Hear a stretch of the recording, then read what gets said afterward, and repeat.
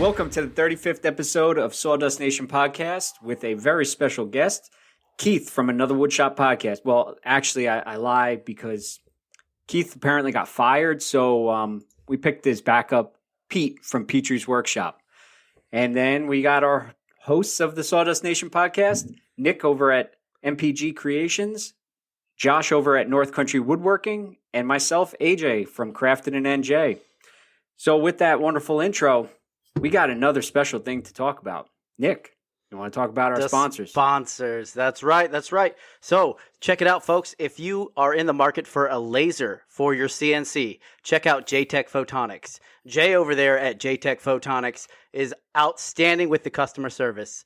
And I'll explain a little bit later in the podcast of something he did for me this week that was amazing. But anyway, they make lasers for all spectrums of CNC machines, all the way from the hobbyist all the way up to the professional CNCs. So please give them a shout out, give them a look on Instagram, and hit up their website, www.jtechphotonics.com. And next up, let's get in the boat, the Totalboat. They make the best epoxy on the market. I'm serious, they do.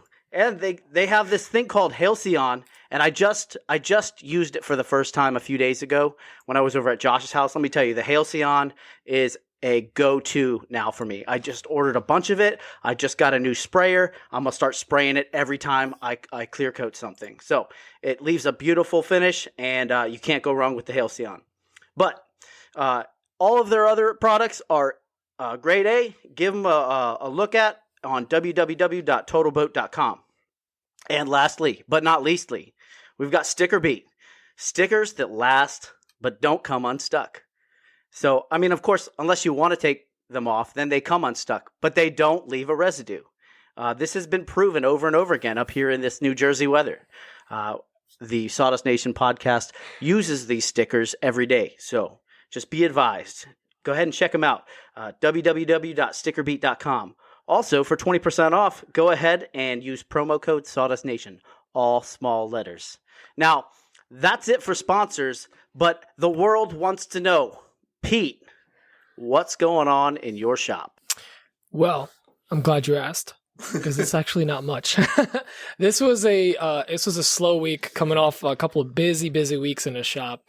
I kept the ball rolling from the holidays with commissions, and I would just want to take a break. So once I finally got caught up and knocked out a bunch of the projects that I needed to do, I just dialed it back. I cleaned the shop, I organized, and just started planning a little bit for what the next couple of things that I'm going to be working on. But last week was cool. I knocked out a cool epoxy sign. I've never worked with wooden epoxy to a high shine. Yeah. I've always kind of gotten it, like, it's epoxy and wood, and it looks good with a finish on, but played around with some new finishing products, so that was pretty cool. And I have been buried in my computer on Fusion because I've just been designing a whole bunch of junk that I'm going to spit out on my printers because I don't go outside. I don't play outside. I play indoors a lot. You play outside when it's snowing out. I play outside when it snows, yeah. But then, because none of the other kids are out, so it's safe for me. Nobody bullies me. I guess I'll throw it to someone else. AJ, what about you? What's going on with you? Same old. It sounds like I'm a broken record, but, got a ton of stuff going on. Got that 4-foot flag that has been a thorn in my side. I got that thing. That was beautiful. It came out nicer than I expected it to because I really thought it was just going to fall to 1,000 pieces, and then I just shipped the guy that, and that's it. Just package it up real nice and send it to him. It's a puzzle flag. Yeah. Did you ever work out a stabilizing solution for the hopes and dreams? Carving? Just hope and dream that it doesn't bend on you. That 4-footer. I showed Josh a couple things, and like you saw, Pete, because I sent you a couple videos. They bow after I carve them because I guess just after releasing its tension, it wants to cup on me. So what I do to flatten it back out is I take an electric hand plane it down, and it stays. It stays nice and flat. I'll seal it up, and top, bottom, sides, everything. This 4-footer was cupped. I planed it, and then it cupped the opposite way on me. So the back has a curve in it, but not the way it was. I'm like, you really got it. And the guy's flush mounting it to a cabinet, apparently. Got that double cup. So hopefully it's okay. But yeah, that 4-footer was a real thorn. And for the first time, I used that Abernet Ace for the Mercasander, and that stuff hogs material away. I used 100 grit. Oh, yeah. Whew. The Ace HD? Yeah, it was some good stuff. So that definitely helped out because I actually forgot to add a stripe to a flag, 13 stripes. I had 12, and it's a special flag at that point. So I had to glue up after the fact another stripe, and then it wasn't carved out, but that Ace really took it down real nice. You'd actually never know it was even there, which is pretty nice. Other than that, got a ton of other work. I don't know. It's just the same old flags. I got more orders for flags. They're just coming in left and right. And as I would say, they're coming out of the woodworks, as everybody would say. But, That's what you would say. It is what I would say. But got a few signs that I got to do and a bench that I'm putting off because it's too big of a build for me. And I'm just trying to make it disappear without me actually building it. But, if you don't think about it long enough, they just magically go away. That's what I've heard. I don't know. But anyway, Nick, I got to know, what is going on in Josh's shop? I'm not sure if that is directed at me or Josh, but I'll go ahead and take it. No, I want you to describe what happens. Oh, you were there. Actually, you guys follow each other, I was right? there. You I was follow each there other, this right? week. I stopped over at Josh's shop. That's right. You guys did the live. Way to go, AJ. I mean, it kind Welcome. of works because that was one of the key things that I was going to talk about was I had a sign I made and I didn't want to rattle can it. It was just so big that if I would have rattle canned it, it would come out looking like trash. So I took it over to Josh's house and he got out the Home Right sprayer with some Halcyon and we sprayed it down. And after that, I'm a believer now. So immediately that day, I ordered a Home Right sprayer and some Halcyon. So I have both just came in today, and I'm ready to rock and roll. But next, I was going to go laser something the other day with my Jtechphotonics 7.0. And sorry, shameless plug. Anyway, I was getting ready to get it all set up. I had the image set up in Lightburn. And I go to mount the laser, and I was like, oh, man, I upgraded my X-Carve, so now the laser mount doesn't work. So, yeah. So I'm over here holding the laser, trying to carve out. No, I'm just playing. I wasn't holding the laser while I was firing. Anyway, so I emailed Jay, and he got back with me like super fast, saying like, hey, man, I have this other mount. I'll send it to you. Let me know if it works with your current configuration, which it didn't. And I emailed him back, and he's going to actually custom make a mount, and then he's going to market it for the rest of the users who bought the TBD CNC upgrade.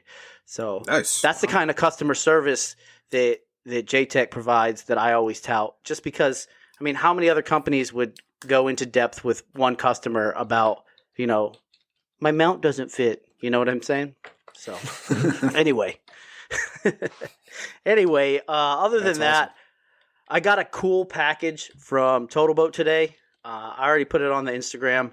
They hooked me up big time. I got to give a shout out to them. Outstanding. Got some cool gear. I'm wearing the hat right now. But other than that, my household goods are getting picked up next week. So my days are numbered here, folks.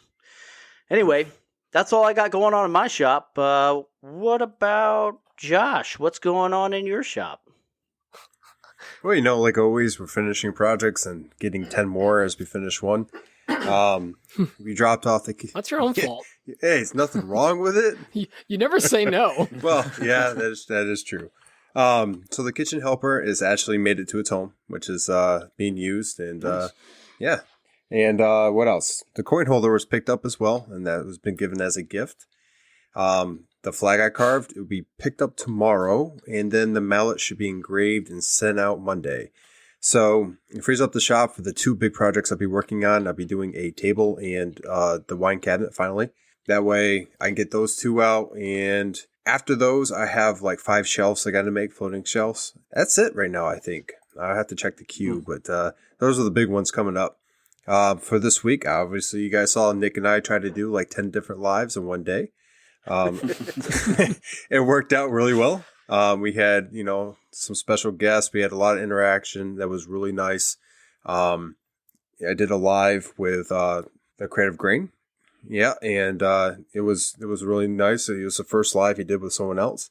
Nice. I'm used to doing lives with these knuckleheads here, and it was it was different doing it with someone all the way up in California and whatnot. But it opens up some prospects to do for other people, and maybe do Saturday, Sunday talk shop with different makers from around the community. Not that we're not doing that today here, but in a different aspect. But yeah, that's about it. That's what's going on in my shop. With that, we do have a question from Wooden Whiskers. So I'm going to pull that up here real quick and stalling for effect as well. Good old Wooden Whiskers. And 1 second. Come on. Nice job stalling. Come on. This is where you guys should step in and make a joke. Is this where I make the ash joke? Hey Nick, AJ, and Josh. Tyler Isaacs here, Wooden Whiskers Training Co.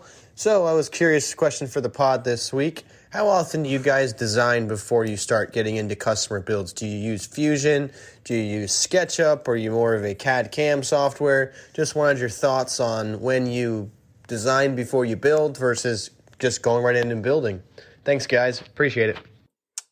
Well, I think Pete should answer that. Sure, I'm split right down the middle. Half the time, I want to pre-plan it, design it. I really want to do it right. And of course, I change the design throughout the entire thing. And then the other half, especially on shop furniture or like plywood builds, I tend to just start cutting like rough dimensions or getting I know this is going to be 22 by this, whatever. And I just start cutting. And then I have to pause and rethink the whole thing because I don't know if I'm going to do it right or whatever. But there's times that I just can't even wait for a design. I have to either start milling or breaking down the lumber or sheet goods or something because I'm too excited for the build. But I think in the end, the best way to do it is to have a rough plan, even if you're just going to sketch it out or at least jot down all your dimensions. Don't figure it out as you're going along because sometimes it backfires on you, even if you measure twice. A lot of times it backfires. What about you, Josh? I'm there with you. I've been trying to write down all my dimensions and everything before I start doing little plans here and there. But I did start in SketchUp a while back, and it took me so long to produce any set of plans. And because I was learning as I went, that I just default to drawing it out real quick, kind of get a rough go, and then I'm able to produce what I need from that. And it changes as I go because as I'm going, the client might be like, hey, we want this or we want to take this away. Yeah. So, plans are great. And it's something I definitely want to get into and actually finalize and, give to a client, especially when I'm doing the larger builds. But, the builds I'm doing now, people are pretty happy with okay, here's the picture. I want it about this size. How much? Yeah. So I have a lot of freedom with how I do that. And, I do a lot of my building up in the old noggin and as I go. So for this wine cabinet, it's essentially I have the measurements written down on a scrap piece of paper, and I know how much I need, and I'm just going to, dive right into it. Not the smartest. I probably could save a little bit more wood if I planned it outright like some people and have a cut list and all that. But it's part of the fun for me. It's it's so much work. Yeah. Especially to design it, CAD design it. I know some people just they have to do it in SketchUp first. I don't get that. I'll do that after for to make plans. So after you perfect it. Yeah. But I see how if a customer wants a rough sketch of what's going on, if you do it in SketchUp and you present it to them and they approve it, then you're good to go already. Instead of you shooting from the hip, you go ahead and start cutting. And the next thing you know, they're like, whoa, I didn't mean that. I meant this. And that's why I think that tool is valuable if you're accepting large, high dollar jobs, Mm-hmm. Oh, yeah. And then once you have it on paper, even, if you want to bring it to the client's house or something, like if you, like you said, it was a big project, then you can have them sign that. And then, you know, it looks more professional too. I mean, for this bench that I'm going to build, I sketched it up on a random piece of paper and sent a picture of it from my phone. And luckily they approved of everything and was like, oh, it looks great. I'm like, well, it's not going to look like the picture, but you know, I'll try getting it as close as I can. So once you go to SketchUp, I get frustrated with SketchUp. I can't figure it out for the life of me. And I tried making a single box and somehow a side was in another quadrant and I'm not sure how it went there. So I just X'd out of the whole thing. But I'll have to learn one day. Yeah. I mean, you guys have all valid points. I mean, like high value projects, 100%. Nick and I talked about a high value project I had the other, like a month or two ago. And I didn't do it in SketchUp, but I've been very lucky. A lot of my clients, one of the things I ask is if they don't give it to me, it's like, do you have a picture of what you're looking for? And that allows me to kind of go off of that. But I definitely, if I was doing a 4,000, 5,000 or higher, I would want to do a SketchUp and give it to them. But I feel like at that tier, you also want to just look professional. And yes, 100%. like a SketchUp or Fusion. Why, a napkin drawing doesn't work? That'll definitely help you out a bit. Yeah, right. Oh, I got it somewhere in my pocket. I also like design software like that so when you're ordering materials, because if you're doing a job with exotic woods and all that, you're not just going to go to Lowe's and pick it up. You want to know exactly how much board foot you need before you get there instead of figuring, you know? Like, I figure I need this much, which you're always short, you know? Or you're just spending way too much money because you just bought a ton of Gaboon ebony and you didn't need it. You know what I mean? I don't think any one of us are there quite yet, but when we do, eventually, when that day comes. Wait, you're not making those Wenge cutting boards? Actually, you mention it now. But I'm going to that exotics. Actually, I have a big thing of, I think it's Wenge. It's the heaviest piece of wood I own in a shop. And it's only about like 18 inches by 18 inches by 2 inches thick. It probably weighs like as much as a bag of concrete. It's like a 50-pound. You just sell it Very as a cutting board. It's so crazy. very dense. I haven't done anything with it. Somebody gave it to me. I actually got it as a deal with one of my tool purchases. And I was like, yeah, you could take it. I've never used it. I'm like, what is this? It's so heavy. Like, afraid to run it through the tools. It'll just dull the blades. I've had trouble. Purple Heart gave my saw some trouble. I don't know if it's because it's really dense or what, but I was like, man, this is not cutting like anything else. But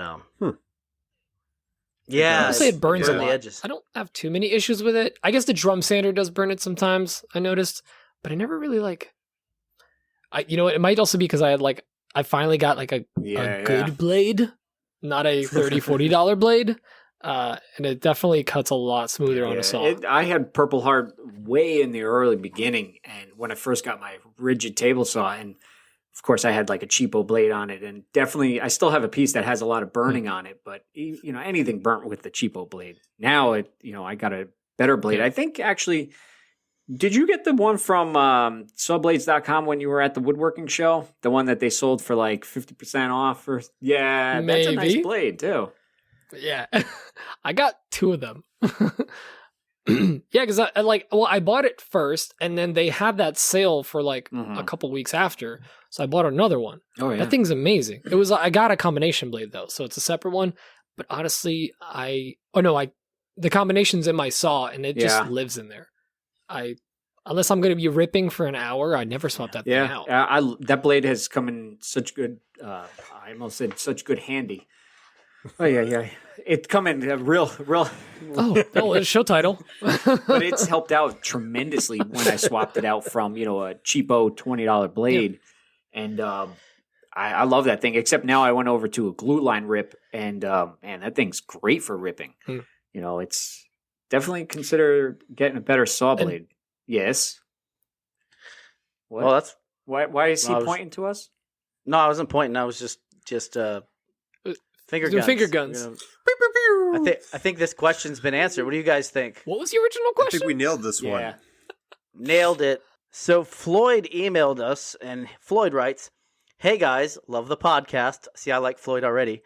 This question is directed towards Nick. Now, I really like Floyd. I'm looking at upgrading to the Delta 5000 table saw with the Biesmeyer 52-inch rails. Did I say that right? Is it Biesmeyer? 52-inch rails. Okay. It's none of your Biesmeyer. I upgraded from a DeWalt job site saw to a rigid 4514 job site so I could use a dado stack. But I'm sick and tired of not being able to get straight cuts and the limited 30-inch rip capacity. I build custom cabinets, and the extra time it's taking me to get the fence straight and get the track saw out nonstop is costing me too much money. I heard you saying you upgraded to a Delta. Which model do you use now? I use a Powermatic 66 and Delta Unisaw at my day job, since he's a cabinet maker, and understand it won't be the same using the 5000. But I need an upgrade, and it's in my price range at $1,300. Any comments on the saw? Now, me personally, I use the DeWalt the Delta 36725.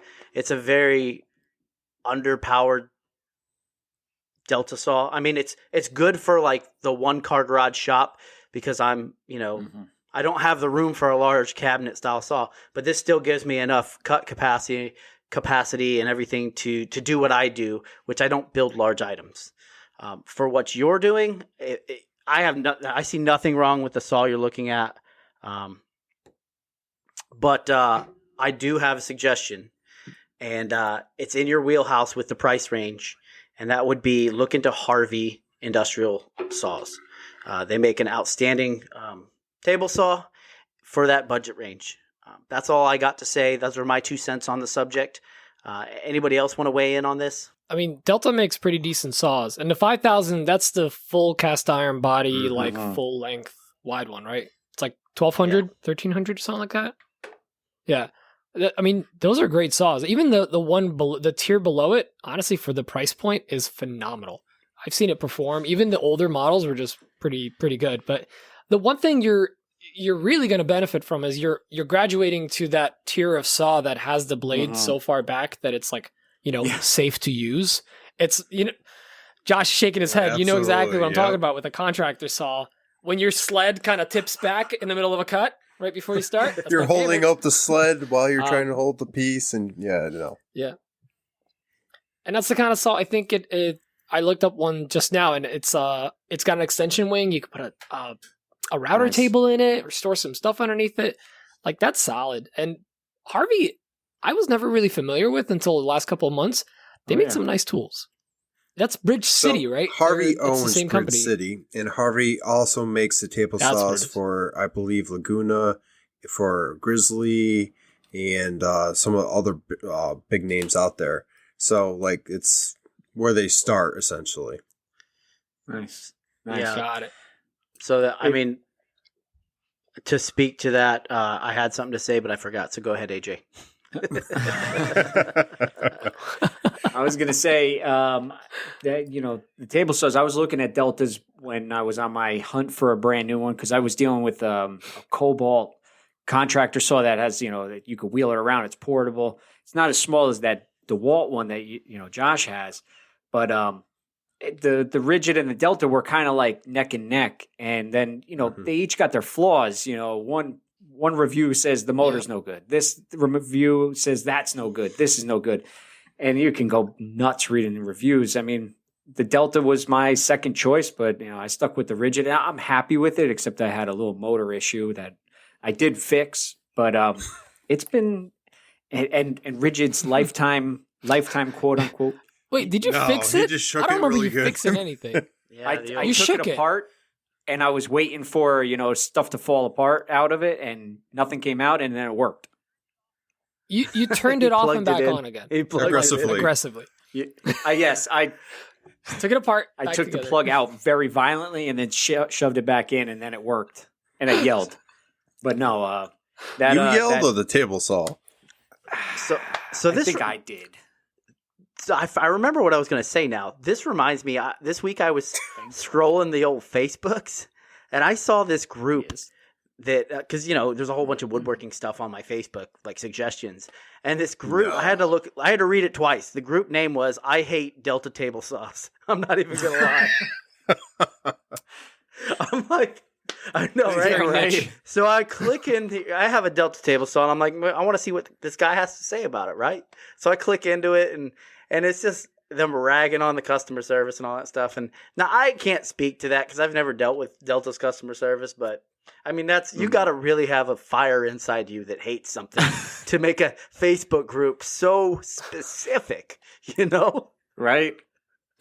You should join and then just start posting about how much you love yours. I wonder how many members it is. It's just one guy just posting like memes, but they're all Delta table saw related. Now, one thing you guys didn't talk about is a used saw. Finding a used cabinet grade table saw.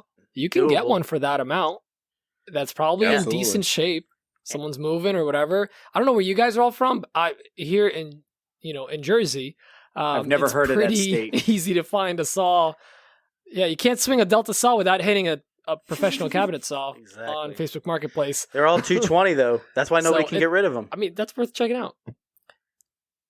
It's not bad, 220 but doesn't matter. You look at like a lot of people, their houses aren't set up for 220.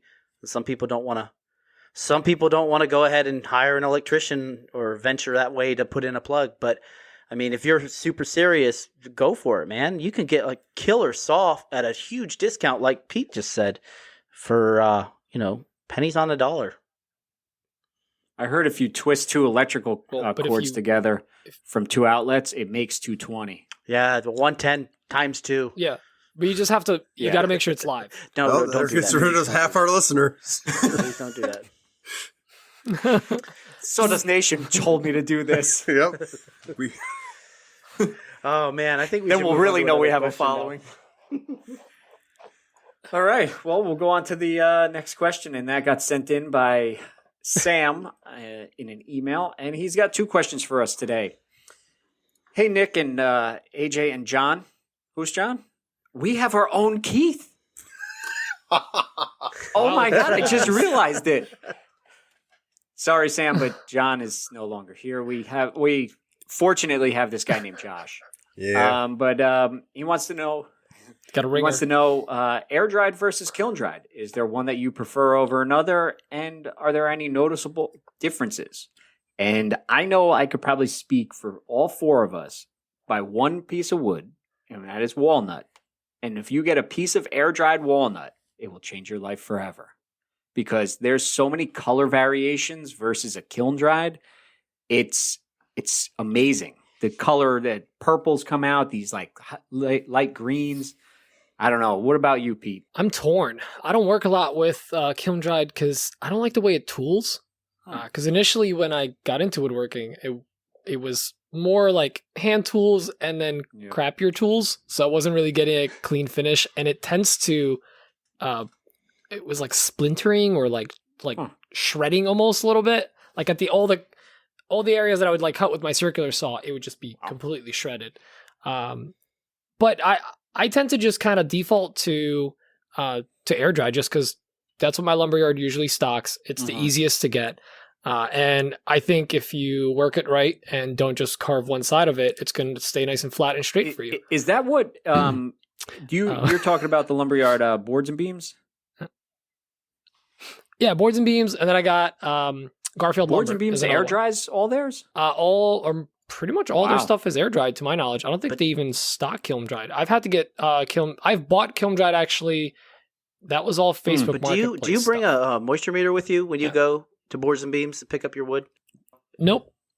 Because I don't know. I don't think it's that big of a deal. I think you guys talked about this last week on a pod where like you bring it into your shop, it's going to sit there for a little bit. It's rare that I bring a piece of wood in and immediately have to start working on it. And just like when, you're installing floorboards in your house, you have to let them acclimate for 48 to 72 hours. So like, I think we can all wait 3 days and let it acclimate and then go. If you don't, you get a skate park effect. Yeah, you want to avoid that. What about you guys? Josh, Do you play around with air dried? That's pretty much all I got in the shop. Yeah. Um, What about baked? Yeah, That's another one. I was That's a gonna whole bring different that up. category. anyone here have touched baked wood? Half-baked wood. No, I've seen it on It's the on the internet, so interwebs. I know it's real. Hey, so that's a good question. Hey, if you are listening and you deal with the baked wood, why don't you write us and let us know how that baked wood works? If it's easy work or if it's harder to work for some reason. All right. What temperature you keep it on? 45 minutes at 375 for 350? 45 minutes. Yeah. Okay. All right. Just making sure. If anybody's got other tricks and tips, then just let us know on how to bake your wood. Nothing? So Slow and steady. I've never actually. I think I've only bought one piece of non-kiln dried wood, and I think the only reason for that is I don't have a moisture meter, so I don't know exactly what I'm getting. I don't know what kind of bugs are going to be in the wood from the individual I'm buying it from. And I rent right now, so if bugs were to infestate my house and destroy all the planks inside the walls, I think I'd be in a little bit of trouble. But Yeah, you'd be moved out before that happens. You're good. that's true. That's true. Like as my trailer's leaving, the house is crumbling behind me. But to be honest, I pretty much just buy kiln dried because I think it works. I can work it faster. It'll sit in my shop for a couple weeks, but regardless to acclimate. But I know what I'm going to get out of it. I don't question the stability of it, unless of course the weather drastically changes and something happens. That's going to happen to all wood, though. But Yeah. I guess if you're working with a lot of hand tools, you'd probably want air dried, just because that, I know for hand tools especially, it tools a little better. Okay. But then again, you if you try hard enough, it'll all work out. I definitely like Hopefully. to stick with air dried. Just as you see the characteristics of it, that's why I'll choose air dried over kiln. It's a little cheaper too. I mean, like especially like how I was getting it. I mean, it was a lot cheaper, and I can pick and choose what I want. I get a lot more for the money. I can stick it in the shop. I've seen a lot of benefits from having air dried. I've used both, and depending on what I need it for, there's times where I will go get a kiln drying piece. There's a lumber yard next to us that we go to, Nick and I, and if I need something really quick done, I'm probably going to go there because I don't have to take a slab and mill it down to what I need. But it's a little bit more work for what I'm doing, but it definitely has shown some of the pieces that I've made with those slabs. Yeah. Well, I think we touched on that. And his second question that he sent in was, are there any tools in your shop that you have found alternate uses for? Tips and tricks for getting more uses out of one tool outside of just the ways that the tool are intended for? Josh. Well, I think I'm going to stall, so I'm going to send it to you. Thank you. Yeah. I have to think as well. Planer? You can. What do you use the planer for as an alternative tool? Like Well, not alternative, but I a mean, drill like press? you can flatten pieces on there if you do a jig. You can Yeah, use it I as mean, a like- jointer. You got jigs that you can use it as like a joiner. You can. That's about it. That's all I got. Wait, have you ever tried jointing a board in your planer? Yeah, in the beginning. Wow. You put it on its side and you support it. So you build a jig for it. And you ideally want one that angles the full length of the bed so that you can use the entire run of your teeth or blade, depending on which one you have. And you can just joint don't a board. send the board on through that. just standing up on its own and just pray for good luck? No. What's worse, end grain cutting board or jointing one? Oh, I've done end grain through the planer too. That's great. Screams the entire time. Fine. You chamfer the edge and you use a sled, you're Sled's fine. the key. Yeah. Yeah, if you don't. I Yeah, I mean, like never knew that. in the beginning, I didn't have a jointer, so I had to come up with ways of doing it, and that was one way that the interwebs showed me how to do, and that's how I did it. That's one of the first tools I got in the shop when it came to woodworking, along with the table saw and everything, because it was a useful tool, and I needed to get some of these boards flat because I was getting slabs. So I mean, like it definitely helped out. What about you, AJ? Oh, Damn, that was a tough one. Like that redirect? Yeah, that's a I'll be a tiebreaker. Nick, I go. can Nick. I'll take it off. I'll Wanna take hear some Nick? heat off you. So thanks. I have Nick. the Festool Rotec sander. Slapped it on low, put a 60 grit pad on it, or put a 60 grit pad on it, then put it on low. Boom, back scratcher. Just saying. But no, I'm just playing. I actually saw I a was guy wondering on where you were going with this. I saw a guy on Instagram this week. He had it was a fixed base router. He flipped the thing upside down, put it in the jaw vise, right? And he's routing the edges of planks of wood with it. I mean, that would have been great if the wood there was enough room for his fingers to not get in the way. I swear I was like, this is going to be one of those videos where it's like gore. You know what I mean? He's got like I don't know if it was a chamfer bit or if it was a roundover, but he was just running those planks through. I couldn't believe what I saw. Well, you've never you can't say that you never put a router in a vise. I've never put a router in a vise Never. upside down and No. run. I'm the boards only across it. one. Maybe a sander in a What's and vice. he's like, I do it all the time. I put my I've done a sander in a vice, Never. but never. I put my never a trim router in the vise because I couldn't support the piece that I was doing. Like I couldn't use the router on the edge because it was so thin. So I guess I have seen people use like to Yep. round over stuff I to do can't. that, but That's so not with dangerous, like a big bit, man. though. That's scary. That's why you spinning wouldn't cutter like head? that? Yeah, I mean, I was only doing like a small roundover. I mean, what's the worst that it's gonna do? Chop my finger off a little bit? I mean, Well, I no, got this thing was 10. fully exposed, Okay, bro. Stubbs. Well, other than Yeah. that, though, I've had to get kind of creative with some of my tools. I've done the jointed thing with my planer. Mm-hmm. I've had to use my table saw for obvious things, but I make jigs for it. You know, so when I didn't have a joiner, use a table saw to be a joiner. You know, so your table saw is probably one of the most versatile tools in the shop. But that's all I got. Yes. What about you, I Pete? well. no, Let's get to go. AJ again. Well, I think we're all kind of kings of using a tool Have in to. multiple ways and sometimes misusing it. We've all used an old chisel to open up a paint can. I'll be the first one to admit it. My name is Peter Kapar, and I've used a I used chisel one to open my up a paint fingers up. can. I'm just saying. Well, there you go. There's another one. We've used some tool as a hammer for something to just tap it in. Just tap it. We've all done that. I've legitimately used a hand plane, the side of a hand plane, to just tap in something that needed to be tapped in. It was fun. I was restoring. It's fine. But there's a couple things that I've done, like something I'm trying to think of really outside the box. Nothing like basic, but one way you could say, just a little pitch to your sponsor, but like, hey, using your CNC as a laser, that's a great use of an alternate use for a tool. Just saying. But my favorite is, what's the one thing that we never have enough of in the shop, except clamps? Can't say clamps. What's the other thing that we're constantly Time. short on in the shop? That's a good one, actually. Anything else? Pencils Oh yeah, pencils. or Close. tape measure. Josh? I'm always running out of glue, but that's not my own fault. Surfaces. Oh, Yes. Yeah. Yeah. Right? Tell me, you're constantly running out of surfaces, because I don't know about you guys, but I fill all of them. Yeah. So I added the magnetic sheet to my jointer, Yeah. Mhm. and I never put anything heavy on it, but it's literally a mini workbench running like that full length of the joiner bed. And I always put, a couple little things or tools that I'm working on constantly, but I don't want to keep putting away on the French cleat wall. I put it on there.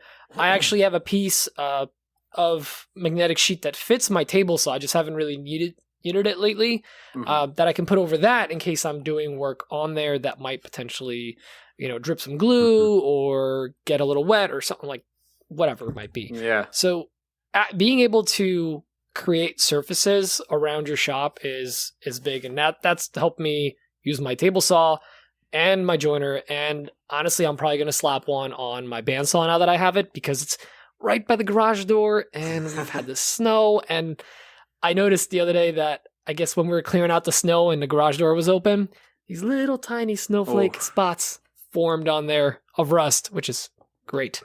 Nothing major, but like I definitely noticed. I'm like, this was perfect last week. What happened? So Do you keep your do you constantly go behind and put that what do you call it, cast iron stuff on your joiner and your table saw and the all that? the one on a joiner lives on a joiner.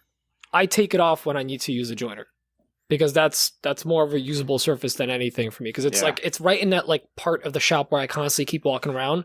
So I put stuff down. But I mean, you can put a beer down without a koozie on it, and it's fine. I would never dare to do that on any cast iron surface, you know? Yeah. Now, luckily, the way my table saw is positioned, if I'm walking in and I have a coffee or a water or whatever, I have enough non-cast iron surfaces, but the joiner's right there. And I learned that I might look out for cast iron, but I know my family doesn't. Yeah. So, yeah. So that's I would say my use of a tool in a different way. Just use it as a surface, as a workbench. You should put coasters next to it. Well, the koozies are right above it. They'll literally take it and they'll put the drink right next to the coaster, man. Yeah, next to the coaster. How about you, AJ? Ooh, I would say I have to agree with you on the surfaces because I've used my table saw. I learned it late in the game, but your table saw is pretty much the flattest thing you can reference off of. Unless you go like on the rigid where there's those stamped steel sheets that are on the edges. If you use the cast iron, it's nice and flat. So I would say, oh man, what did I use? I used my drill press as a sander once. I mean, oh, I love that. Mm-hmm. I got those Klingspor floppy discs. Those look recently. awesome. They're so great. Nick from Statedwoods actually sent them over to me. They're great. Nice. He must be a good guy. He's all right. Any guy named Nick, fantastic. 10 out of 10. I got one. Have you ever made slots with a biscuit joiner? Oh, that's a good one. Yes. I've done that. I have fixed I had a check in a charcuterie board because I left it out on a shelf for too long. I put a biscuit in there and filled it with epoxy, but I put a biscuit in the back and made a custom walnut biscuit to insert in. Wow. That's awesome. Huh. Yeah, that's a smart one, a biscuit joiner. After I did the splines on the ring box that I made, I watched a video of somebody using a biscuit joiner as, doing splines. And I'm like, well, I went through all that work making the jig. I could have just used the biscuit joiner. That's a good one. Have you ever seen the... Go ahead. Oh, sorry to interrupt. No, have you ever seen the table saw? There's like an attachment you can get. I sent it. That's a sander. It's basically a disc sander. Yes. Nope, I didn't send that to you. Oh, yes, this is a thing. And No, I've I never saw seen it that and I was one. like, this is insane. Why would you do this? Because I feel like it's just spinning first of all, too fast. And second of all, I feel like if you press hard enough, you're just going to start messing with your arbor because you're going at the wrong angle. Plus the deflection But was going what do to I mess up your Mhm. 90. You know what I mean? Oh. I don't know. I feel like I wouldn't want to do that, but I've seen people do it. It's real. I've seen people do it on small items, like really small things. But I watched I don't a know. couple YouTube's videos about it. Yeah. Hard no. Get the rigid spindle sander. That thing, say what you want about rigid, that's like the best tool they make. Yeah, I He's just not got lying. one. Don't we all own one, absolutely. right? I have a Wen spindle sander. It's okay. It's a little Wen. We can still be I- friends. I had a little That's Wen that close couldn't. enough. It just everything on it was off. The bed wasn't flat. It wasn't flat to the sanding surface. So I sold it to somebody else and told them it was great. Yeah, and then I got it. Probably Nick. So. But speaking of table saws, real quick, I'm going to probably say we might not have, but has anybody tried a coving jig? I was just thinking about that too. That's where I thought you were going. That scares with me, it. man. It scares me. That's messed up. You're talking about know- like running it at a 20 Yes. degree angle and a little no. Mhm. Are you, Like you're talking about running a piece of wood across a spinning blade at 20 degrees? Yeah. Yeah, look No it up. To make Look a up cove. freaking way, man. Oh, that's a You're thing. gonna get a big Yeah. old note. Oh, out bing of it, me. dude. Bing it. I got a big fat nope out of me, but I've seen people do it. This is literally in like woodworking magazines. I have Yep. like the Woodsmith shop DVDs and they do it on there. And the Mhm. first time I saw it, I was like, no. Have you ever seen the manuals for the radial arm saws from like the 50s and 60s, where they have people like the saws with the blade pointing out, all modified, and they have somebody running a piece of plywood across the floor cutting it in two, and with the blade sticking out towards them, like right across their gut line. Like a Home Depot panel saw. Yeah, check it out. It's No it's way. absolutely. I think Stumping Dubs did a video on it. It's. I can't believe that got past legal. By the way, I want a radial arm saw just because. Not to mention him again, but Nick from Statedwoods, he put a dado stack in his. Yeah. So he just that. cuts like lap joints and stuff with it. I was like, that's pretty. I would genius. never get that machine. I never wanted one in my shop until I saw that video. It's so smart. Yo, that's interesting there, Pete, because I think that if you keep that radial arm saw at 90, you're never gonna have a problem with it getting out of square. And putting a dado stack on there is genius. And now I want one. Yeah, right. Like I see all those craftsmen on Facebook Marketplace for like $1. People just want to get rid of them. Yeah. They're basically free. That's the one nice thing about being in Jersey is like you can get a lot. Like if you miss a tool, there's going to be 10 more within the next month. Oh yeah. You're going to be fine. Well, if you buy a tool new, there's going to be one immediately after you buy it. 100%. Or there's going to be a used one for like triple the price of a new one, and you're going like, you're never going to sell that guy. Yeah. Ever. Well, that's what happens. That's when I find them and I go, "Is this available?" And I start talking to them, just messing with them. They really don't want to get rid of it. They just want to throw it on there. Well, their wife made them sell put it on yeah. there. Yeah, there you go. Yeah. Rigid spindle sander for like $600. So sometimes you find gems. You never know. yeah. Well, you Josh. found that Powermatic, that table saw was a rare find. That was a crazy find. I mean, Josh found his Glowforge on there. Oh, yeah. You paid what, $600 for that thing? Yep, 600. That's what I paid for my table saw. It's so crazy. Jesus. And we both got like crazy expensive tools. Out of the deal. But yeah, man, the deals are out there. People need to move. They need to get out.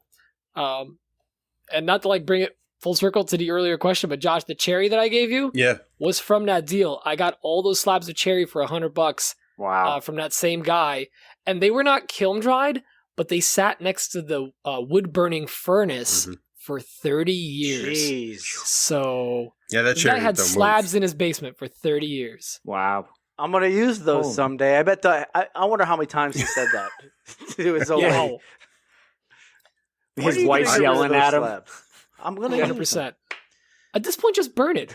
I do love the offcuts for the smoker. It's really nice. That is a is good true. deal.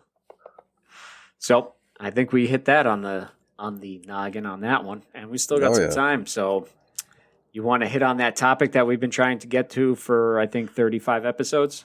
Yeah. Close to it, yeah. Let's go ahead and hit on it, man. Why don't you intro it? All right. So me or AJ? Oh, I'd rather you because you wrote it down and I didn't. So Okay. So He the doesn't topic. remember. The topic is if you could meet two woodworkers that are influential in your woodworking path or career, who would it be and why? So I'm gonna send it on to Pete first, since Pete's our guest. And he deserves first go. Deserve is a strong word. Okay, well, how about this? I stall while you guys think of your answers. All right. There you go. Anybody else? So- They always say you don't want to meet your heroes because you'll be disappointed. yeah, right. So I'm gonna go really. I'll give two answers. I'll give the woodworker answer and then the answer that I do idealize these two people, and it's an account called Evanandkatelyn, and they're a wife and husband, super wholesome, super adorable. They got into DIY, and that's what their channel started as. Nice. The reason I idolize them so much is they can speak English, unlike me. They took their business. They have a blast with it. They made it their full-time job. They do a really good job at what they do, and they were able to diversify it into a DIY channel, a live stream channel, a video game full uncut live streams that are like 2-3 hours, basically a shortened version that they give to editors. They don't even edit that stuff. They give it to editors. They get it down to 20 minutes or whatever, post that.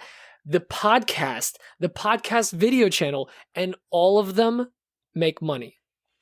All of them make money. And a podcast, they don't even have sponsors or anything. They're just doing a podcast. They're having fun, and they work together every day. And I relate to that a lot because me and my wife, we live in a fairly small place right now. That's why we're looking for a home. We are constantly around each other, and we love working with each other. We're constantly working on separate stuff, but love working with each other and helping each other out. And I relate to that. I think that's really cool.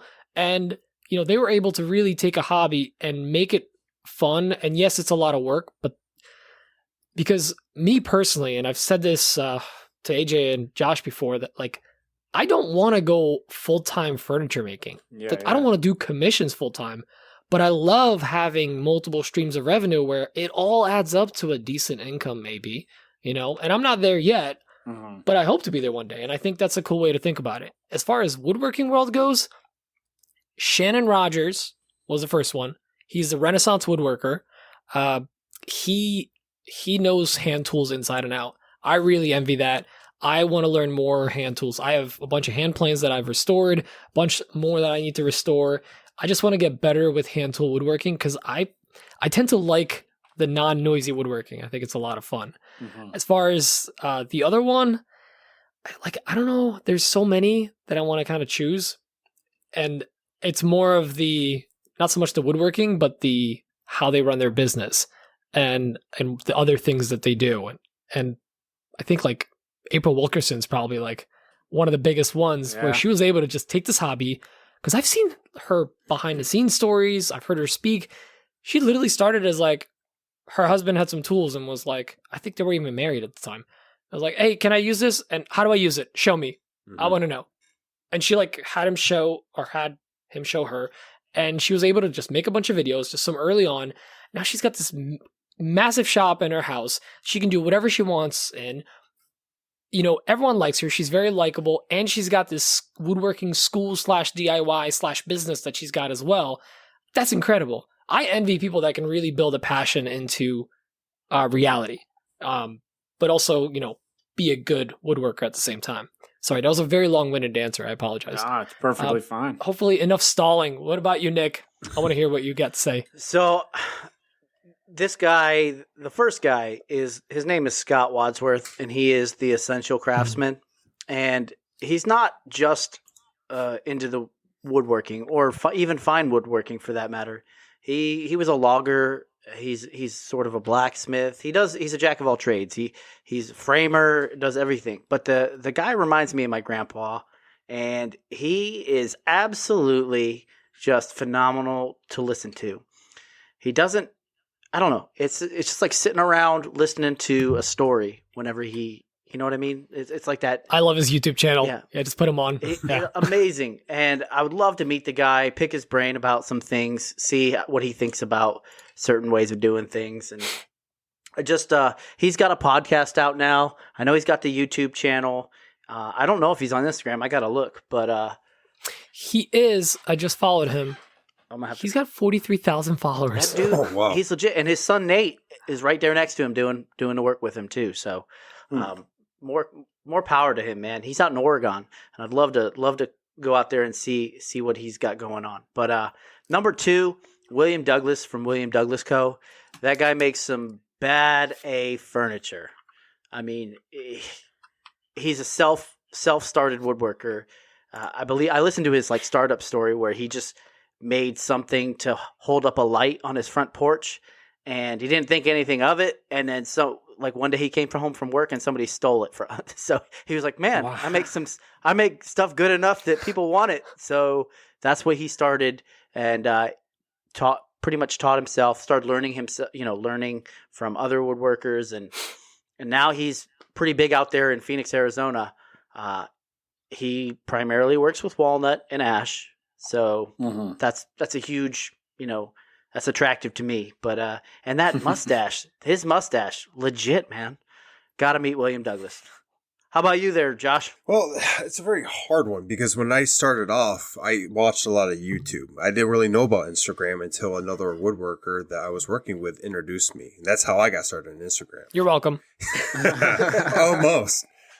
You were one of the first people I did end up following. But what it came down to is 3x3 Customs and Jay Bates were the first, amongst others, were the ones I was watching quite a bit. I was learning a lot from them. I was learning different techniques. I was learning some safety from them. I was learning, how they were making their shop work. Because in the beginning, Jay Bates had a small shop just like us.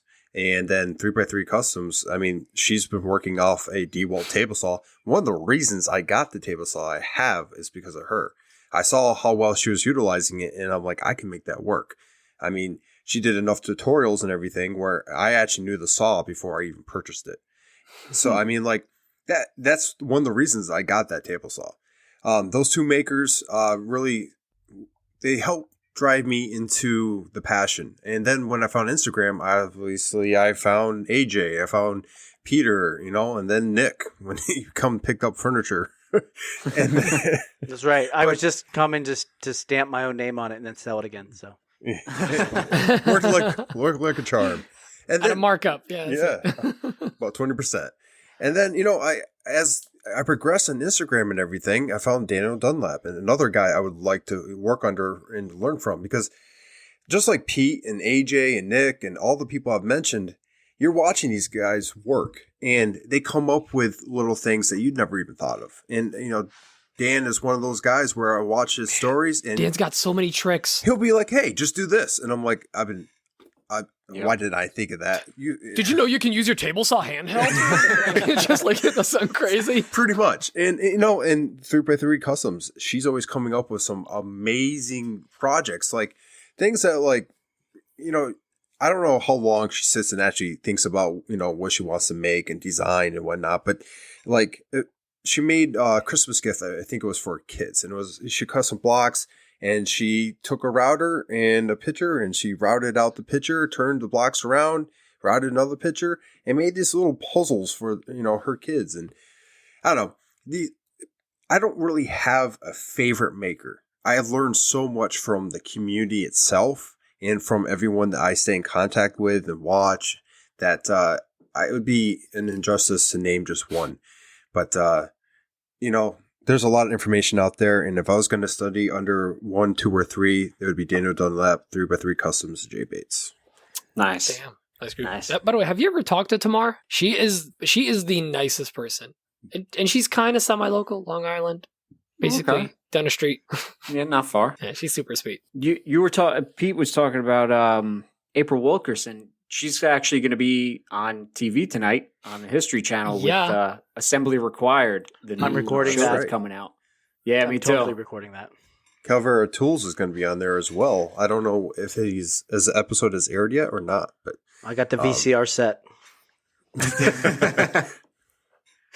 So, well, those are definitely some great makers, and you probably stole a few of mine, but I'm going to kick it off by saying this was a hard one for me because there's so many great makers that I would like to meet. There's a lot of great makers that I talk to on a daily basis. Lucas over at Mannmadeinma is just one of them. I talk to him quite often, and the knowledge he has is just amazing. And his shop is filled with a ton of tools that he brings back to life. And he just did a Delta Unisaw, and that thing is gorgeous now. So if you haven't followed him, definitely go give Lucas a follow and check out his whole shop. And he works in a basement shop, which is mind-boggling because he can't even stand a tube. I think I have an inch more room in my garage than he does in his basement, and he does like a ton of stuff in that basement. I'm telling you, definitely check him out. But the two that I would like to meet and work under and learn from, the first one would be Jonathan Jkatzmoses. I kind of fell into a rabbit hole of YouTube videos that he does, and his videos are very well thought out, very informative. They're not like, okay, just, take this expensive bit and use this expensive tool and here you go. He'll explain, the differences and whatnot, how to use it properly, what it can do. It just seems like he just has a lot of knowledge in that noggin, and I would definitely like to learn from him, on how to do certain things. And then the next one would be, because I'm trying to redesign my whole kitchen and I want to do it myself. So I want to build a lot of cabinetry. And that would be Christian Tierno over at Tiernowoodworking. Correct me if I'm wrong. But really great guy. He's down in South Carolina. I talk to him on a daily basis. Great guy. He's actually a native New Yorker who moved down south. And he built some really nice built-ins. Actually, he's the one that I watch his stories and videos that he does SketchUp a lot. And that's where I got just have the customer sign it, as a sign-off. And really great guy, really awesome builds that he does and a lot of knowledge. So it would be Jonathan Jkatzmoses and Christian Tierno would be neck and neck by those two makers. But, I mean, there's so many to name. I mean, we could go on and on. The rest of this podcast, we could go on for like another half an hour saying who we are. There's so many. Yeah. There definitely is. Some people I just want to hang out with. Yeah. Like, just hang out in their shop. Seriously. Like, what can I help with? You want me to sand? I mean, Yeah, like, right? I don't know if Richard Karn is really like as nice as Al Borland is, but I want to hang out with him, and I don't know why. Well, I mean, we hit the topic, and I mean, I can't believe we actually hit it after 35 episodes. so proud of you guys. I'm proud. Yes, Yeah. this was amazing. I'm going to shed a tear. Despite what you think, AJ actually listened to the podcast, so I know this is big for you. It is. It's a breakthrough. We're slowly You were getting gonna say them Nick? there. I'm Yes. sorry? You were going to say, Nick? It's a breakthrough for AJ. It is. Oh, yes. Yes. So, Hello. I mean, I got nothing else if you want to wrap it up, or we got another topic, whatever you guys want to do. You want to shoot the... I have nothing to do tonight. well, Next thing scheduled is work at 8 a.m. Nice. Nice. So I got 8 hours, 9 hours, whatever you guys want. Cool. Well, I mean, as per your stories, it looks like you never sleep, if that's correct. I mean, like, I'll catch up eventually. yeah, everybody You don't need sleeps to, when like, they die. sleep. I'm just saying. Yeah.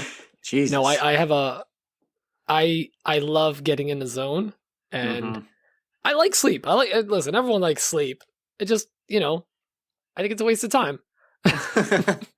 And I'm going to regret it one day, but yeah, I'm Well- at that point where I can likely bounce back. But then usually like one day a week, I have Mhm. to catch up on my life, Yeah. Like, Yeah.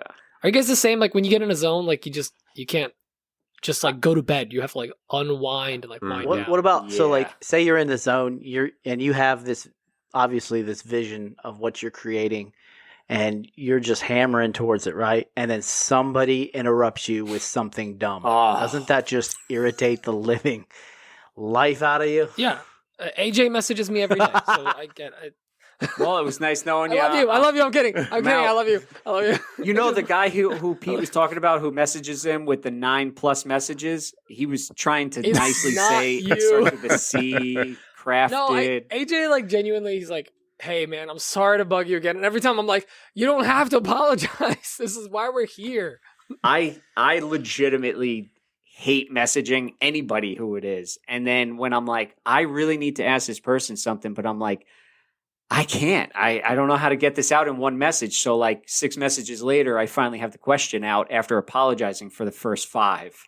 That's just how It's I roll. fine. Plus, that's why I gave you my number. I was like, it's just quicker if he calls me. Oh man. That's your first mistake He right always- there.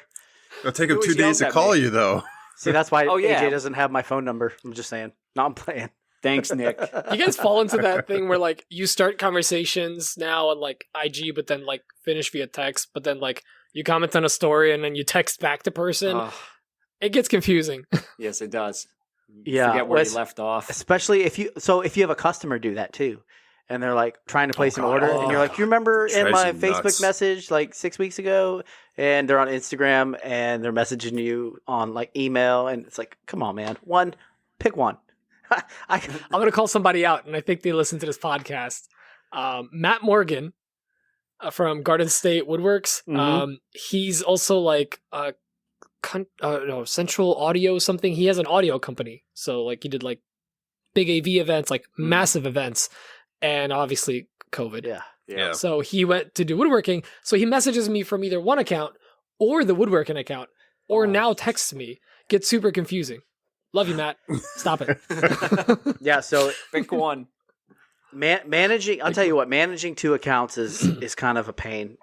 So I've been working with the Sawdust Nation podcast account and my personal account, and I'm like trying to keep it even as far as posting content, and I'm trying to get straight where they're messaging me at when I respond, because I don't always look at the little icon.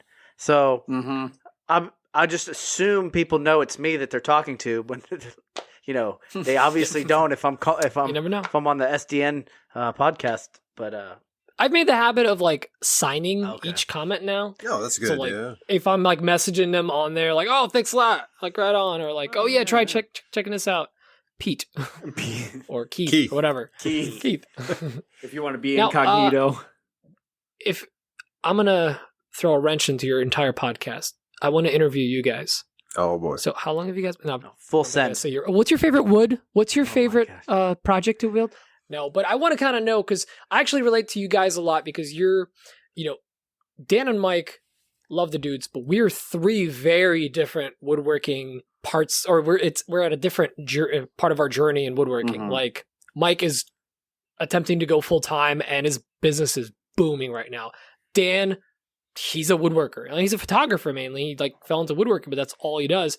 I relate to you guys a lot because I feel like we're all we're not quitting our day job, but we want to make this work. But let's be real. It's really hard.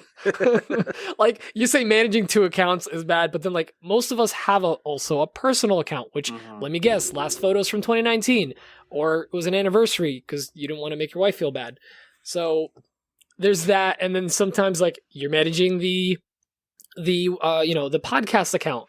Maybe you have another hobby. Maybe you have another secret account, whatever. For me, I actually have a sounds Subaru treacherous. account. Oh, I don't wanna talk jeez. about it. Do you? Yeah, I do because I do an ambassadorship with them, which is like kind of like working with the brand type of thing. Oh. Nice. But yeah, like I kind of neglected that. No, luckily they don't check up. But like I want to kind of hear from you guys, like how do you like what are some things? Not how do you deal with it, but like what are some challenges you really run into? Because I think a lot of the people listening to the pod would feel the same way. I mean, a lot of us are in the same boat of like, we see all these big accounts. Mm-hmm. I actually struggle with this because this winter I almost felt like, oh my God, should I go full time? Like I have all this work going on. I should do this, but I'm like constantly overwhelmed. And then I had to dial it back and go like, whoa. This was never the plan. It's okay to not start a business. It's okay to just make some money and have fun, or just tinker in a shop after you had a couple of good sales, because now you got money to, buy Wenge and make, mallet out of it. I don't know, throwing out random woods. But like, I kind of want to hear from you guys, like some stuff that you struggle with that maybe you don't share as much. Sorry, is that a loaded question? No. No. Josh, how about you? I want to hear from you. Well, it's all about balance, which I do not do. So, I get a lot of commissions. I don't get to really produce much for the Etsy page that I started up. I'm always busy with an order or orders coming in. But then there's the job and the family as well. So, I have 2 kids. One is fairly new and the other one is not as new, but newer. And still has to shine. So, they need attention too. The family needs time. We need to do things. And I got a plan in that. So long story short, when I have commissions, in the beginning, I would put all my time into trying to get those done as fast as I can, the quality, everything else. And I was kind of neglecting a little bit the family side of things. And then as I progressed, learned my pricing, learned what I was doing, I kind of took a pause and, people ask for a timeline, I give them a rough estimate. And then on top of that, I'll say, look, I work full time. You know what I'm saying? I have a family. Things might get pushed. If you need something right away, it needs to be stated up front. That way I can go ahead and plan for that accordingly. Because, there's times like today, I took half the day and I had today off. So I spent with my son. We went out, we did things. And unfortunately, when I came back and during his nap, I got called into work. So I didn't get any shop time today. And I fully planned on it because I wanted to finish that mallet. That mallet needs to go out. But, life happens. I don't stress about it like I used to. I used to seriously stress about it. I can relate to that. It's horrible. You overthink everything. Yeah. I mean, you sit in the shop and there's been literally times I go in the shop and I feel so overwhelmed because I know I need to get so much done. And then I just take a deep breath and realize look, if they want their money back, I'll be happy to pay them back. But I am not going to stress out about something that I enjoy doing because then I'm losing that joy to stress. And I love woodworking. Like, it is a huge part of my life, and it's becoming part of my family's life. My son, I mean, even my wife's getting part of the Glowforge scene. And, we built that. I don't want to lose that connection and that fun because of trying to get paid. That's not why I started this in any sense. But so there's a balance there, and it's very hard. Sometimes I get lost in one or the other. Sometimes work wins because, well, military does. But it's just one of those things. I take it as it goes, and if I get behind, I get behind. It's just the way the cookie crumbles. Nick, what's your take, man? Man, that's so true. It's hard to balance things. So a little backstory is I didn't intentionally start this to make money, but after a few projects that I came up with that people started liking, I thought this could be marketable, especially in the area for for the people that I'm marketing to. And that's with an effective price point for the target market that I was looking for. And I found a niche, and my goal was to find repeatability. So I don't do a lot of actual builds. I do build, but it's going to cost a lot more for me to put my time into a build that's going to require me to actually assemble something huge or large, right?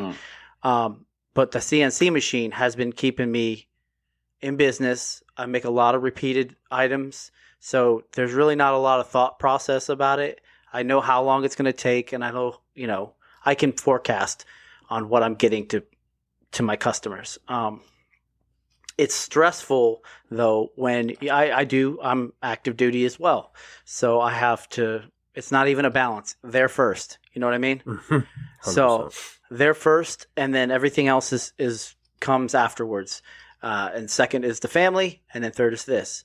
But this has been a blessing in disguise for me, though, because after I started and was sort of established in the area, COVID hit.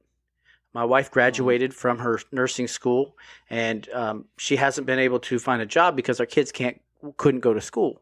So she had to watch the kids. So we were without two forms of income for a while. So now this picked up a lot of the gap. So with that being said, I've been developing, and I'm not stressed about it because I know that this is the time in my career, my military career, where I need to start looking at things I need to set up for afterwards. So I'm just accumulating the equipment, the knowledge, the software, everything I need to make the full jump. Because once I retire, I'll still get paid, but I'm not going to get paid as much, right? And she'll be working, so it'll give me a chance to be able to not necessarily scot-free start a business and not worry about if it fails or not, but it's a safety net to be able to be like, look, I can make money doing this depending on how much effort I want to put into it.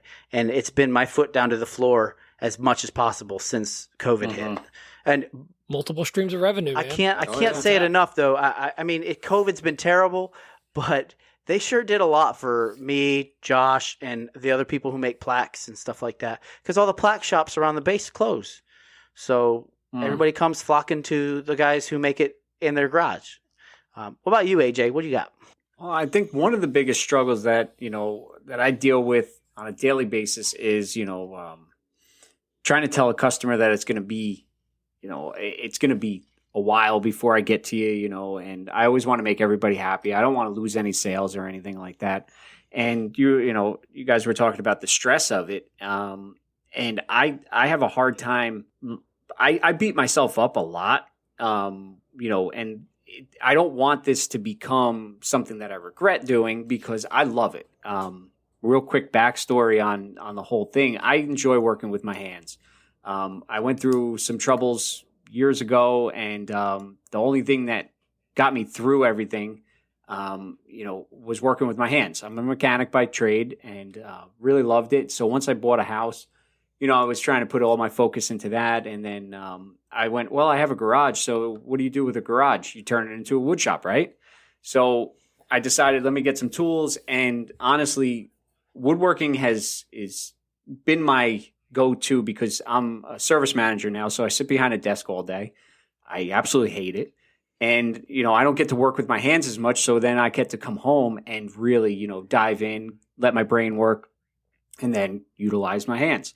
So that has been a huge godsend to me. But also on top of that, the amount of work that I have right now, I think I told Josh, I was literally at the point of getting rid of everything. I was going to tell all my customers, I can't do it. I'm done. I'm selling everything because I was so fed up with it. I'm beating myself up. I got timelines to, that are coming up, and I could tell somebody that it's going to be an extra couple days or something like that, but I don't like to disappoint, unless it was meant for that time. But I think a lot of things that people don't see that are on the back end of what we do is the time that we spend, the hours that we put into it, between our regular job and then we come home and, we're in the shop for God knows how long. I mean, I've been down in the shop, not as long as Pete, but I'm right there with you, 12 o'clock, 1 o'clock. Next thing you know, 2 o'clock rolls around and you're going like, and I got to get up in 3 hours. I'm going like, how is this even possible? Where did this time all go? So time travel, man.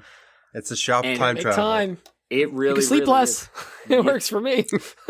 Trust me, I go to work and I'm fortunate enough that like on my half an hour lunch break, I close my eyes for 5 minutes and I get to take a little cat nap. But, once I get home, I gear myself up so much. I go like, I'm getting in the shop. I'm going down there. I'm going to be, working all night. And then next thing I know, we have dinner. I sit on the couch for what I say is 5 minutes. And next thing I know, 3 hours goes by because I fell asleep.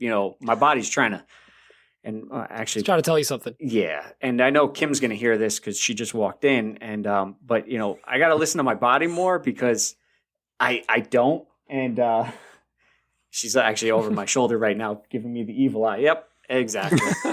She tells me all that all the time. She goes, "You just got to listen to your body." I'm like, "No, I have to go downstairs and I have to knock out all these projects and use dangerous tools while I'm falling asleep over here." Sleepy, yeah. So, Safety week, man. Come on. Yeah. Why that wasn't one of them? Go down in the shop when you're really, really tired.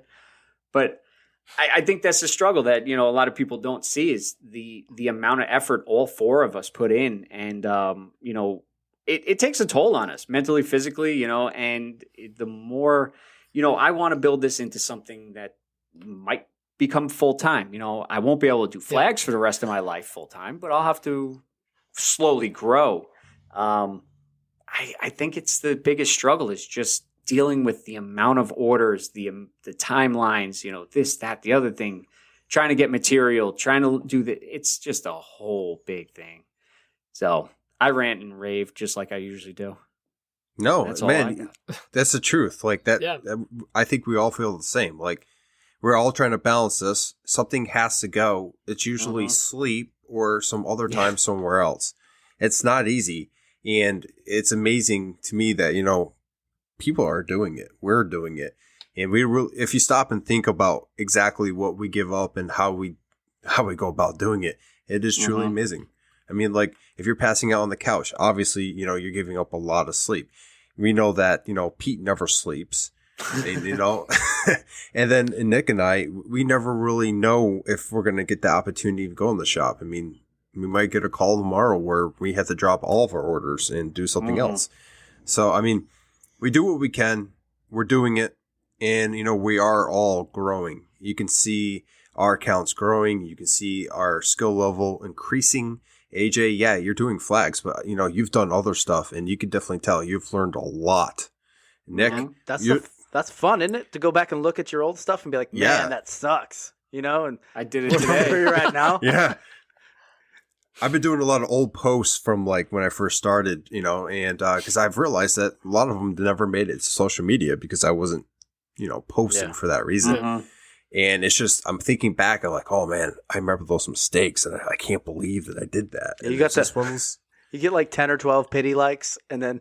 And it's like your mom. That's really good. Looks great. Anyway. Yeah. Anyway, well, you guys got anything else or you want to wrap this one up? I think it's time to hear about our sponsors again. It's a great idea, Nick. All right. Take it over, buddy. Hey, so I'm going to take a page out of Pete's book here, and I'm going to say it's epoxy and wood. It looks good. Totalboat, the best on the market. From their Halcyon to high performance, all the way to the deep pour. You won't be disappointed. Give them a visit at www.totalboat.com. And our Sticker Beat sponsor, stickers that last. And they last throughout the weather. They don't come unstuck unless you want to get them unstuck. There's no residue left behind. Check them out. www.stickerbeat.com. And when you place your order, go ahead and use promo code Sawdust Nation, all small letters, for 20% off.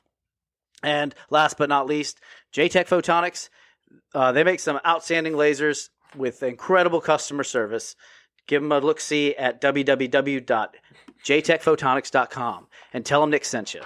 Well, I mean, Well, you. I just well- actually I do. I have one more thing to say, and I would really like to thank Pete for coming on the show today because it's been a. thank you for having me. Well, I It's mean, been fun. you just steal it from all of us. It's okay. I'm sorry. We didn't want to say. I'm not sorry. just I'm actually in awe at his hair right now because it's styled and it's under the headphones and it looks fantastic for someone who never sleeps. Anyway, next time. Everybody sleep, please sleep. It's your body will need it. What are you doing after this, Pete? You sleeping? No, I actually have taken a little 45-minute nap before I hopped in here. Because yes, your body catches up with you. Yeah. No, but I'm probably gonna get in the shop clean because when I can't make, if it's too late in the night or whatever, I Mhm. lay out things to be done. So I'm just gonna lay out a couple things. Okay, tomorrow I do this. It's like prepping your breakfast the day before, and then you end up just making an Eggo. Yeah. Well, one thing while we're sitting here and before we wrap up, I mean, we got just a couple more minutes, and absolutely. I know Nick and Josh and myself, we want to know about yourself, Pete. You're all over the interwebs. You're like a household name at this point. Everybody and their mother knows Please. about you. I walk down the street and people are like, hey, What account are you following? You know that guy? The I'm not Subaru DIY Pete. But you asked us about our struggles. What would you say would be your kind of struggle that you go through? You're doing the podcast, which is blowing up. Your page is blowing up. Keith's page is blowing up. You got 4 different pages that you got to deal with. And, the content, you got to always put a content. You always got to be active. What kind of struggles do you go through? Not to put you on the spot. First one is imposter syndrome, which I don't know if you guys heard that term before. Basically, I feel like I'm not really, I'm faking it. I'm not really a woodworker. I'm not really a 20K account. I'm not really this furniture maker or whatever. I'm just a guy in the shop. And I had this realization recently where I just needed to sit back and be calm down. It's okay to say no, dude. Mhm. I actually got it was 4 or 5 days I was not in a shop, and I just had to yell at myself. This is when I wrapped up all those commissions because I just got burned out. You didn't want to do commissions. Why'd you start taking commissions?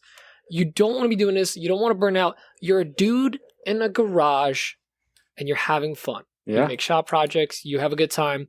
Because I'm fortunate, and I think you guys are in similar boats where if you don't, Nick is supplementing his income right now because his wife is home with the kids because of COVID. But for most people, what's true is if you don't woodwork or if you don't sell a single object, your family's not starving. Mm-hmm. And that's okay. It's okay to not have a woodworking business. It's okay to not push it. I encourage everyone to sell a little bit, do something. And that's the thing I struggle with the most. AJ, we literally talked about this when you were here last. Yep. When you're talking about all the jobs you're taking. It's that's when you learn your worth. And it took me so long and I'm still struggling with it. When I finally go, screw it. You know what? They want this done in 2 weeks? Okay. It's double. Yep. And I need half up front. And they go okay, no problem. And now you're now I have to do it. Now I have to do it, but at least I don't hate myself doing it. Yeah. And, and I think, we all talked about burning out and kind of pushing it and being pushed a little too far and wanting to just refund the money. I think you have to hit that point to really, to find where you want to be. And I struggle with that a lot. For me, I'm lucky enough where actually my 3D printing brings in more money than my woodworking. I don't talk about it a lot because it's not not making, it's just pumping out orders and I'm making custom things. I bring it up here or there, but I always want to be the guy in a shop just playing around. Yeah. Even if my shop grows a little bit. So that's what I struggle with. And please, everyone, get sleep, eat well. Don't be like me. Do as I say, not as I do, because I definitely need to. Yeah, monster. Because it's this stuff takes a toll on you, and make time for your family. I'm gonna be, nobody really said this during this podcast, and no one really ever says this. It's okay to sit on a couch and watch Netflix for 3 hours with your family. Yes, It's fine. You don't have to go in a shop that day. It's okay. My shop hasn't been touched in 3 days. It's okay. You got to make I sure love you you. show love to that shop once in a while, Go in. You know what I started doing? I took this from Vic from the Thestumpshop. You guys know him, right? He's like a, billion follower account. Just do a story of you making chicken fingers. Who cares? Chicken. People just want to see that you're alive. If they're your followers, they just want to see you're alive. Say, that's why today I did a bunch of stories of me just cruising through New York, because that's what I was doing. So screw it. Pete, you brought up a great point. In the beginning, I had trouble doing stories. In fact, I reached out to you. I'm like, hey, how do you do a story? How do you turn that camera around so it's looking right at you while you're awkwardly talking about what's going on in the shop? Now, not that I perfected that in any sort of way, but Yes, you have. I love your face. I have I thought about doing that, everyday life, and that's another step for me. I've paused a couple times, when I'm going back to work because I got called in, or outside doing something, or even inside. That seems like another leap for me, and I've seen that you've took that leap. Did it just naturally occur, or was it something that was kind of like doing your first story? No, well, the thing was, and the progression of stories, and I think I've probably sent to one of you guys, it's always picture, then hands pointing, then suddenly your face starts making an appearance, and then you get so fluent, you're able to flip mid-story, and to pause for that second where it cuts off the audio. So don't. You get good with it. But I personally think that the reason I love my woodworking account is because I follow no friends. I follow 2 friends and my wife. No friends. I'm not there to make friends. I'm there to win. Kidding. So, but it's woodworking only, so I only get woodworkers. And when I start seeing a lot of personal posts, personal life posts, I become a little disinterested. Yeah. That's not why I'm there. I want to be inspired every time I open that page. Yep. Or watch someone sanding. Either way, it's great content. But, that's why I say stories are for your personal life. That's where you really get to shine, because you're also showing you in your actual self. Where in your stories, you're serious woodworker, bandsaw, or whatever. I think it's important to show who you really are, and that's where people learn about you. And maybe you want to bring your family into it. Emma's part of my account now. It's Peter and Emma at this point. I should just change to, Peter and Emma on there. So, Ptreesworkshop. There you go. Yeah, she's in there already. She's one of the E's. But I think it's important to share who you guys are. Especially say what you want. You guys are influencers. And, you're saying, oh, you're just big account. Don't even. You guys are very important. You have a podcast. You have a medium. You guys are sharing this information with the community. It's all about the community. There's a reason we got into this. It wasn't for money, but we also make money doing it. Yeah. So it's important to think about the community. Share about yourselves, talk about yourselves, talking about moving, he's moving across the country. That's crazy. But that's so relatable because, there's a lot of military members out there that are woodworkers and makers, I think it's important to share who you guys are and especially the struggles and the mistakes. Yeah. Because that really makes you relatable to everyone. Yeah. That's all I have to say. That's mine. I'll stop talking now. Mic drop. Well, I mean, that was some great insight, definitely. And, as Josh knows, I call myself out on all the mistakes I make. And, it took, I'll do it real quick, but it took me a while to turn that camera around on myself. I'm finally progressing where I don't do 30 takes of stories. I finally now can, do a one take. Yeah. If it's bad, if you forgot a word, whatever. I'm calling walnut pine or something like that. And then I don't want to make anybody angry at me. But, I was thinking about doing something like, your life story, because I see your stories cracked me up today on your ride home from the city when you were doing red light, scenic tour, and it was So hysterical. bored. Traffic.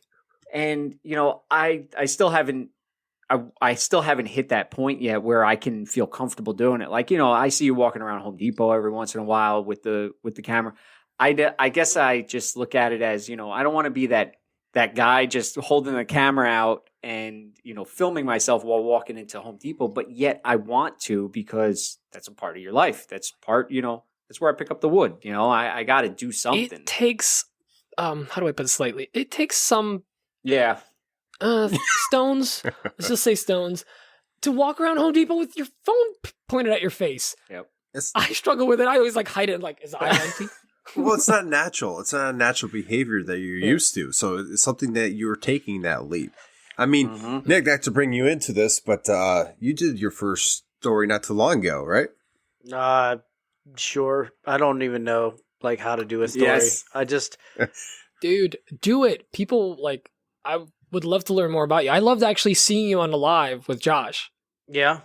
because it was like, you get to know you, Yeah, that's true. I mean, it helps people. I agree that it helps people relate with the influencer if they get to see their face, and otherwise it's just like the wizard behind the screen. Mm-hmm. Well, you're our mystery man. You know what I'm saying? We're trying to bring you full up and get you out there. Yeah, I'm working on it. I've been working on my social media aspect, but I do realize that so my house is never quiet unless I'm in the garage by myself and none of my machines are running. So I can't do like anything inside the house because the kids are always screaming and yelling, and I can't come out in the garage because I always have something going on in the garage. I guess I could go outside, but it's freezing right now, man. Come on. But here's one thing. I mean, that's part of your life. Your kids, are part of your life. You don't have to show them, obviously, but even if you got crazy kids running around in the background, that's but part I of can't your even life, hear myself, so it's Well, I agree with Nick here. I mean, I kind of shy away a little bit from my personal life, but in the shop, our shops are small enough where something's going, like our CNCs, you can't really do a video. But that's why I do a early on, like, hey, this is my plan for the day. And then when everything's shut off, about to shut down the shop, I do another one, or the first one of the day, like, I didn't get in the shop today because I had to go to work.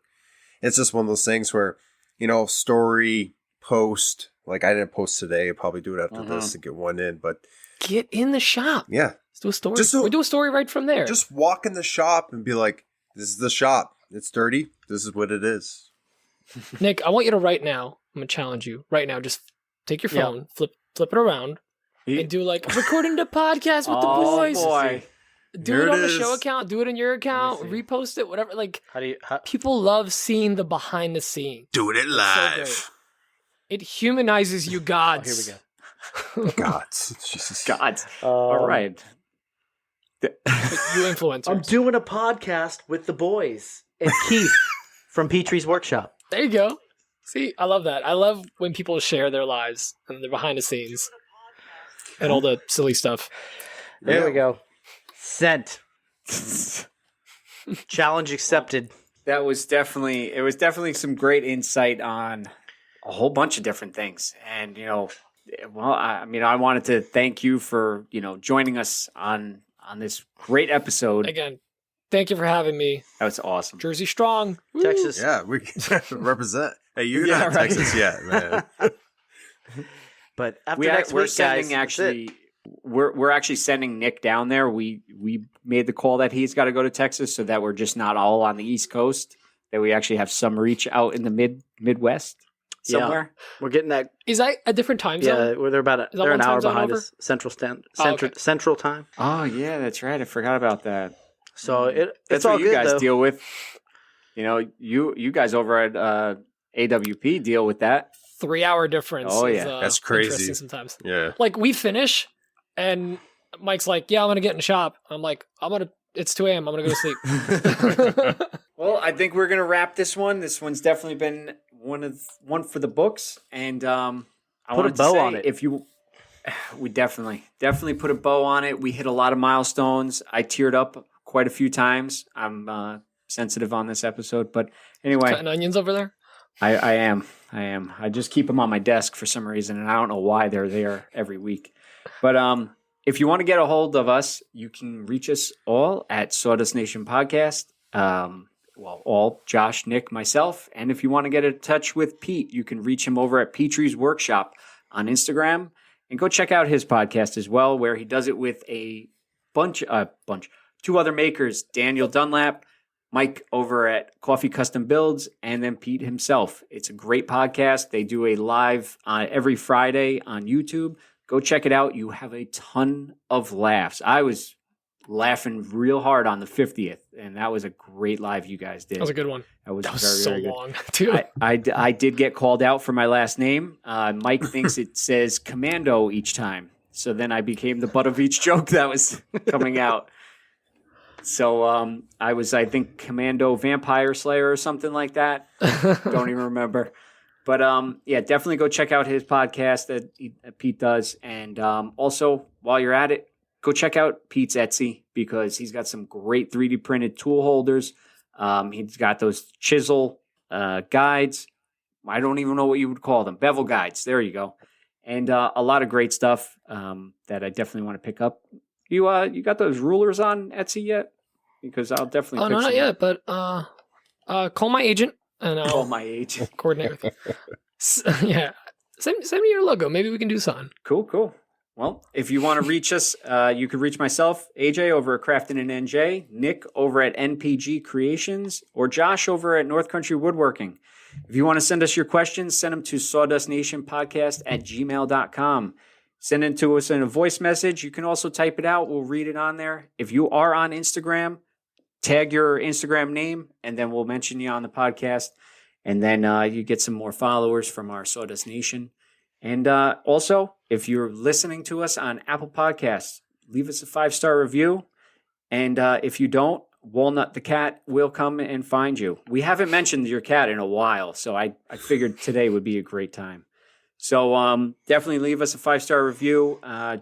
Leave us a typed out review so we know that you actually, start it. So anyway, go listen to this wonderful podcast. I'm running out of things to say, so I'm going to throw it to Josh. Josh, what you got to say? Oh, like always, if you can get in the shop, go make some sawdust and stay classy. Stay classy.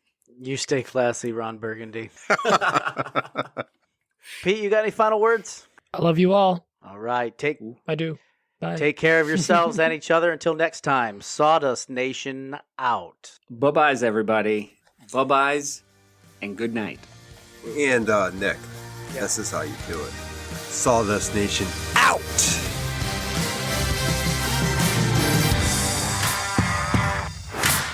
Oh, sorry, I'm still in training. Yes. Well, the Anytime- engine wheels got put back on. Anytime I mess something up, even if it's at work, I just tell whoever it's my first day, and things just happen.